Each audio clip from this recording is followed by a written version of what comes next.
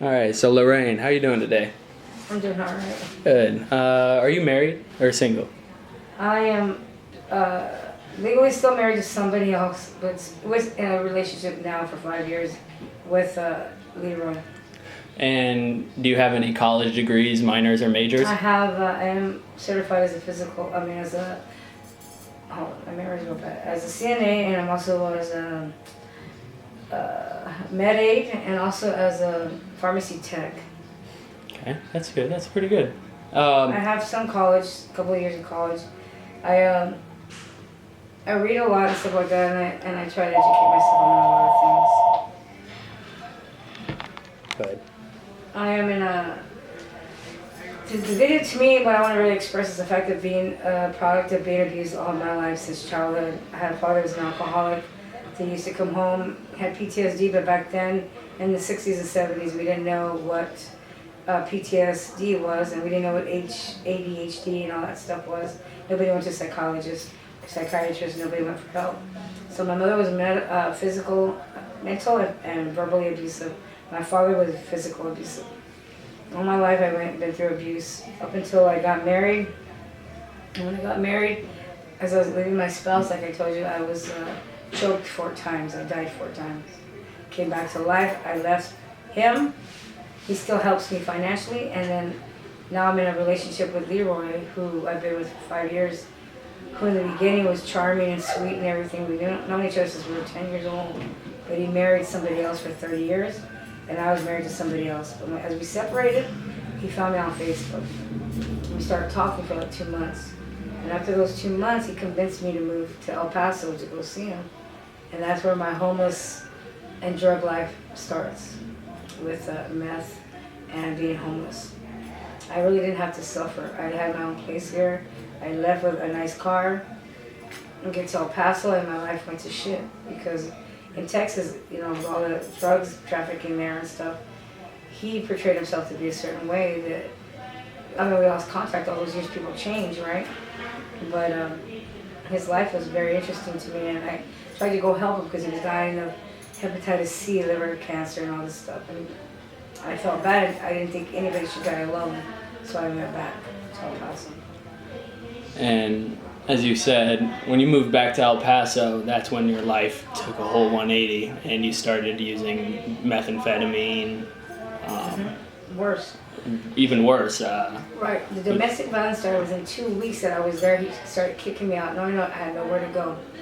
And then, because I didn't know he was schizophrenic or whatever. He says he's diagnosed as like borderline between like a serial killer schizophrenia to his schizophrenia. It's like it's borderline. I don't know how they say that in the medical way. But just say he's like almost like, I won't say Jeffrey Dahmer, but he's like in the middle of almost being a psychotic serial killer, schizophrenia and stuff like that. And he's bipolar. Do you feel like that has a lot to do with I've seen physical like the evil abuse? side of him recently. Not like the first 2.5, 3 years, he was still good to me, but he does have a domestic charge. The first 2 weeks he tried to hurt me. I went to jail, and I survived on my own. People were coming over. He had a different type of people that he hung out with that I'm not used to hanging out with. Even though I used cocaine in the past and marijuana, I only was the type of person that would connect and then I'd leave. I never hung out with people that used the same drug as I, because I didn't trust people. People steal, people do all kinds of things, right? When I was thrown into that situation, he was thrown in jail, I had no friends, I had nobody there. So I had to basically survive off of his friends, off of people that I barely met. People try to prostitute me out there. They try to put stuff in my drinks to knock me out, which they did. They tried to lock me up in a room and try to rape me and all kinds of weird shit. But I survived and I got out. He says there's a video on me about being tied up and raped. And if there is, then they gave me some kind of drug that I'm unaware of, that I have no memory of that. Like I told you, I've been hit so many times in the head that my memory is bad. And I can't remember a lot of things. Therefore, he has no patience for me. So I get yelled at constantly. I get beat down, even though my alimony is what we're surviving on. I get like $1,000. I have a GMC Terrain that my daughters have in Cedar Rapids. They don't want to talk to me because they hate him. Everybody that used to like me and used to be my friends or my family have pretty much just completely turned their back on me because I love him and I stick by him because he has an illness, but he's not the same for me. I stick by him and I accept his illness, but because of the stuff that's happened to me, he's angry at me. You understand? It doesn't make no sense. How can I have compassion for him, but he has no compassion for me? Do you feel personally that you being with him has affected your mental health a lot? And who you are today? Do you feel like that? I mean, why do you feel that way? Because he's trying to make me crazy. He's trying to make me feel like I'm insane, I'm stupid, and sometimes I believe it, you know? And then sometimes, if I'm away from him long enough, and I get to think for myself, and I get to really look at myself, I am a different person, you know? Right now I feel like a stupid, battered victim, and that's not what I want to be. And this is not where I want to be at. But I don't think I'm better than anybody. But for everything, I believe there's a reason why I'm here. Whether it's for that asshole or for anybody else. Or it's a lesson in my own. It brought me down, humble. It made me humble. It made me change my perspective of people and perspective of all my life. You know, I just have never lived under so many nervousness and walking over eggshells and always scared, living in fear for no reason for that. When I'm out in front of people, I can be brave, and when I'm at home, I have to bite my tongue. Or not, he's gonna beat the shit out of me, or he's gonna come at me with a fucking object. And he's like, he's like day and night, Dr. Jekyll and Mr. Hyde. The minute the sun goes down, I'm like with a fucking animal, a beast, some weird exorcist, fucking weirdo, demonic man that just wants to fucking kill me, torture me. I don't know what his problem is, but he's gotten really bad. So I even had to tell people that like if they don't see me for a while, they need to wonder where the hell happened to me. I hope he wouldn't do that. Parts of me thinks he would. It's just that he's just mean sometimes, and I don't know. So. You know, I'm sorry to cut you Go off. ahead. No, I'm sorry. I lost thought already on that. So I'm not here to play a victim to people. No. I'm here for people to know that as soon as a man starts degrading you and telling you anything mean, or even touches you or grabs you in the wrong way, you just got to get out of the relationship right then and there. Because once they lay hands on you and once they say one mean thing to you, it's like a cycle. They can't stop. It's like you allow them to step into that part and that door, and they will not stop. He's really gotten so bad to the point where I can't even, you know, I can't explain to you. It's just that it's time for me to walk away and I can't. Oh, you know what I mean? Yeah, I do. You know, I love him because I care about him and stuff like that, but I have lost so much respect for him. And because he's better than that, and he's letting the drug take over his life, and he's using the drug as an excuse to beat the shit out of me. And then he hates that I become dumb or some shit all of a sudden. But shit, what do you expect me to constantly degrading me when I can't think for myself?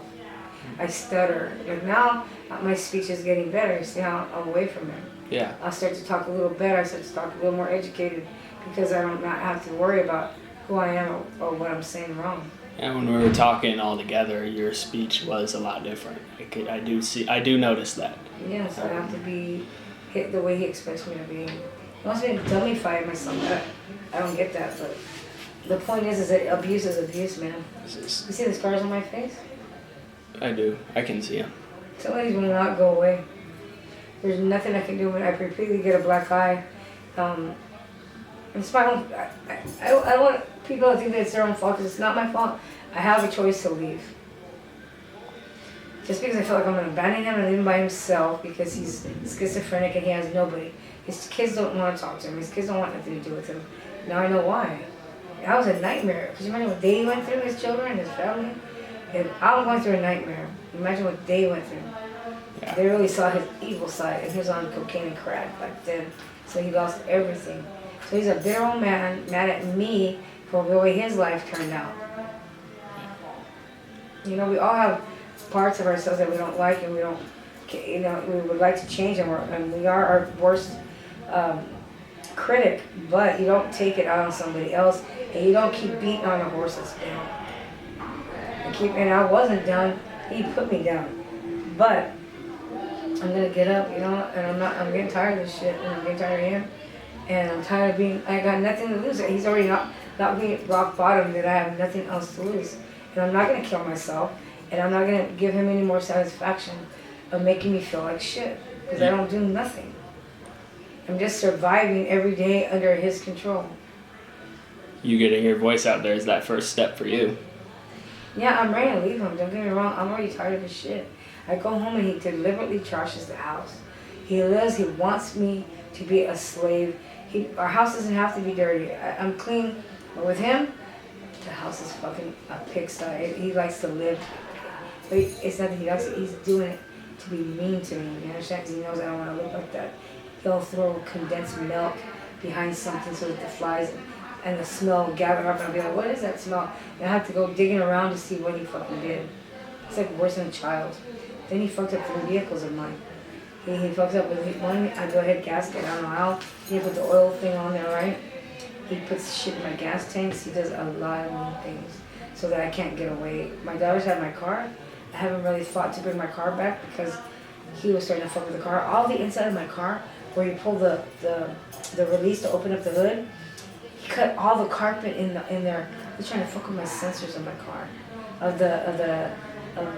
you know, the sensors nowadays. All the cars are running by computerized, right? He starts fucking with all that shit. How the fuck am I gonna figure out which one he pulled out? You wouldn't know. You wouldn't know. He fucked up my Nissan Rogue, a nice brand new car. It's like he's a hater. He wants me to be this and have all this stuff, and he likes living nice, but yet he's jealous at the same time of me because I have an ex-husband that still gives me alimony that I can call up right now and he'll give me money. He's mad because I'm married to a nuclear engineer / computer programmer for the Department of Defense. I had a really good life. I had a comfortable life. I had an affair. I fucked that whole relationship with cocaine, and I left the man. That's the man who choked me. The man snapped, I believe, is what I think happened. He just snapped because he didn't want me to leave him. I was married for 20-something years, and he still loved me. And I left him for some fucking affair I had, and now this is my karma. You know? But my karma, I can also put a stop to it. I don't have to take this shit from somebody. I felt at one time I deserved this, but now I realize you can only put up with so much, and I don't deserve. I believe God didn't really want me to suffer like that, and so therefore I'm telling myself that I deserve to suffer, and now I don't want to suffer. You know what I mean? Because I don't know. I can't explain to you. I had a good life. I'm suffering, and I can still have a good life. I go live with my daughters. I just have to turn my back completely against. You know, I have to turn my back towards him, and I'll be back to my life again. But I will feel guilty about if he doesn't come out of this mess. Yeah. Because I know that guy since he was 10 years old. So, you know, that's my friend from childhood. But he's not the same kid. Because that kid would go home and get beat by his mom. He was being molested. And he'd go to school with a smile on his face and act like nothing happened to him. I would go home and I'd get my ass beat. But I'd go to school with a smile on my face, and all of us were all playing at school, all us children. Going to school knowing that shit was going down, but we never told each other, and we never spoke about it, and you would never tell that we were all being beat or molested and all this shit that was happening to us as in our childhood. And so when I look at him, I still see that 10-year-old kid. I see him at 12, I see him at 14. I see him at 18, high school. I know that kid from 10 to 18. I seen him grow as a little boy to a grown man, a teenager, and all that. I didn't see him after the age of 18. So there's a lot of love for the guy, you know? There's just, because I know him. I know the guy that I know back then. But when we go through all that stuff, he has split personalities. He says I have 9 personalities. I don't think I have 9 personalities, but I might have different personalities that deal with certain situations, you know? I'm not crazy, I just have issues, but everybody deals with things differently. I don't hear voices like he does. I just have anger issues, and people take advantage of me, you know? Because when you show nice, people think your kindness is a weakness. And therefore I've had to become hard or mean or strong or whatever the fuck it is. But not because I want to be, because I have no choice. Because people would have took more advantage of me and done worse things to me, you know? Yeah. So that's where it come up with you. We ended up homeless. I said, let's go. My girls want to see me. They miss me. So we pack up, and the whole time he's fighting me. He don't want to come to fucking Iowa. And we finally get here. And so my nightmare begins from here. Because he's been nothing but an asshole to me for bringing him here. He says, I want to go home. You said you're going to take me home. You never take me home. Okay, well, help me get a job. Get a job too so you can get a ticket. How do you expect me to fork out money for everything and you do nothing? So that's where we're at. So the more he gets mad and mad and mad, if you don't have his drug, if he's this or that, it's like, it's your fault. It's your fault. It's your fault, bitch. And I can start getting my ass beat or treated like shit. You understand? That's where I'm at. And we have a place right now, but he tore it up. It's just, my story sucks, dude. It's like embarrassing to even talk about it. Because it's just ridiculous how some 50 or 54 years old, and I can't pull us up from this hole that we dug ourselves in. It's not embarrassing. He doesn't even try to help me pull us up. I'm literally trying to drag him from this hole with all my weight. I'm trying to lift him as far as I possibly can out of that hole, but he just keeps falling back on purpose. Your story could help somebody else, as your story getting out there could help yourself. You know, it may seem embarrassing, but it's not. Yeah. It's just you're in a very low spot. You fell between the cracks, and at 54 years old, I should already have my shit together. I should be retiring, or I should be enjoying vacation somewhere. I had to fucking sit there and worry about a fucking schizophrenia beating the shit out of me every fucking day. That's what I worry about every fucking day. I don't worry about a meal or nothing. I worry about a motherfucker like that beating on me, talking shit to me every day, just hoping he'd give me one nice word and be nice to me for at least half a day. He used to be nice to me for at least half a day. Now it's getting less and less. One of these days, though, I'm gonna tell you the truth, and I know it's on camera, but I know why women snap. Let's show snap. Women snap when they've had so much, literally, that I could just turn around. Sometimes I think about fucking stabbing them in the fucking neck, and that's so mean to say, but that's how angry I am, or stabbing them in the fucking gut for once and for all, because I have so much anger and animosity because I've done nothing to this man, and this man just keeps beating and beating and beating and telling me shit. But it's alright. But I'm not, see, because I can't hurt the man, but I will walk away, and one day he's never gonna see me again, and he's gonna wonder where the fuck happened to me. But I'm that type of woman who's just gonna get up with just this little thing here, and I'm gone. Because that's where I feel like I'm gone. If not, I'm gonna disappear, because he hates me. I don't think he loves me. He's just so crazy that evil side makes me think that he hates me. I seen his eyes shift so black, dark black like a demon, and it scares the shit out of me. But that's just that. And he probably can hear me on. You know. I'm sorry to you. No, you're okay. You didn't know what you're getting yourself into. No, it's okay. Well, you knew I was probably abused, so you could probably. I guess I don't know that I show that side. No, it's not it's. You just know. You can, yeah. You just know when you just know. But you know what? The cops took me in. He called the cops. He played mental retarded. He tried to play like a Forrest Gump. He's a good actor. Listen, he played fucking Forrest Gump, and they came, and I got arrested. And my charge is domestic violence with a weapon. I never hit him. He went like this to his head with a fucking object. I don't know if it was an axe or a hammer. Cops got there. His bump was worse than my black eye. So they said my story didn't make sense because he punched me 3 times in the neck. I'm driving and he's punching me in the neck. And one of his punches hit me in the head. And I went to the hospital that same day. And so the cops took us to the hospital. He claimed he was sick or whatever. They took me in and I had a head concussion. So when they were talking to me, they told me that my sentences didn't make sense. Why, gee, I wonder why. So that's why I got arrested. They took me out of the hospital and they said, you're arrested for domestic violence with a weapon. I said, I didn't touch him. He touched me, but he didn't want to get arrested. So he hit himself in the head and blamed me. He said, because both of us are going to go to jail, not just me, bitch. We'll both go. So I went to jail, and then we did a no contact. We're not even supposed to be around each other. No contact order. I had nowhere to go. So I went to jail for 7 days. He's fucking some bitch in the apartment while I'm locked up for 7 days. He put some, he's into tying and bondage and shit. I come in, there's these fucking holes in my ceiling. There's these weird tubes of metal all over the place and straps of fucking shit that I'm not stupid, man. And I looked at him and said, so we had a good old time while I was gone, man. With that poor girl that was human trafficking. I was gonna beat the living shit out of her because I was so mad, right?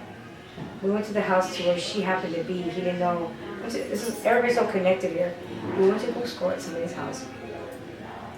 She's there. And so I told her, how dare you go into my house, have sex in my house, in my bed, or wherever the hell it is. It's disrespectful to another woman, I told her. At least you guys could have fucked outside, fucked somewhere else. But it's disrespectful to go into the woman's home and do that. I would not do that to him. Why would he do that to me? And she told me, I just cooked for him and I helped clean my house. And I said, I appreciate what you did, but you didn't have to. And then she started telling me, ma'am, I'm a product. I was mad, right? Somehow her speech was worse than ever, right? She couldn't talk. She talked like a 5-year-old. When she fight, I believe something stepped inside of her because I wanted to beat the crap out of her. Like an angel, somebody spoke on behalf of her and said, I'm a child of human trafficking. And that's the only thing why I didn't want to beat the crap out of her. And I looked at her and I cried and I gave her a hug because it's not her fault. That there's people that take advantage of people like that motherfucker right there. He had the nerve to tell us in the car how, what did he tell us? He even told us something that was relevant to that shit. I don't remember. He said something. They'll do whatever you tell them to do. Yeah. And yeah, he did say that. I remember that. And that made me sick to my stomach. Now knowing that, it does make me a little sick to my stomach. Mm-hmm. You know, he's got a lot of evil to him, man. What's three things of advice you'd give to a woman that's in a domestic violence relationship right now? Honestly. To know that number one, they don't love you. I don't believe they love you because they can't even love themselves. He hates women. His mother did those things to him, so he's out to punish women. Number one, if they have a bad relationship with their mother, that's a big sign of a narcissist, of a fucking sicko. Because they're usually narcissists, sadists, and if they don't love their mom, it's all about having a relationship with their mother. If they don't have a good relationship with their mom, or at least not hate her, that's a sign to get to watch out. Number two, when they start degrading you and putting you down. That's another thing. Any name calling is just, and not apologizing and taking responsibility. He takes no responsibility. Everything you have in the car, everything's my fault. I'm the one that got fucking choked to death 4 times. He has no compassion. They have no compassion, no consideration, nothing for you. They don't even apologize for hitting you. Number 3, I mean, if you got family, it's one to help you take the help when you can before they turn their backs on you. Because then it's too late. And don't ever put up with it, man. The first time they hit you, it's time to go. And I've heard that story forever. That the minute they hand on you, don't stay, because it becomes a door that you let open up to them, and it's okay to degrade you, hit you, and then when they isolate you from all your family members, and you have nobody, and they start saying they're gonna kill you. That's the only advice I can say is don't. From the very beginning, the way the man treats you in the first month or 2 will tell you a lot. If he talks to you sweet, talks to you right, not cussing at you, not getting mad and anger issues. Make sure they're not bipolar and schizophrenic. But that's all I can say for now. We'll talk again. Yeah, if you don't have anything else to say, I really don't have anything else to ask. I appreciate your time. As they come around my memory. No, you're okay. My memory's really bad sometimes, you know? I truly appreciate your time today, and I hope you have a great rest of your day. And I hope people out there take the advice, man. Because it's nothing but a nightmare for me.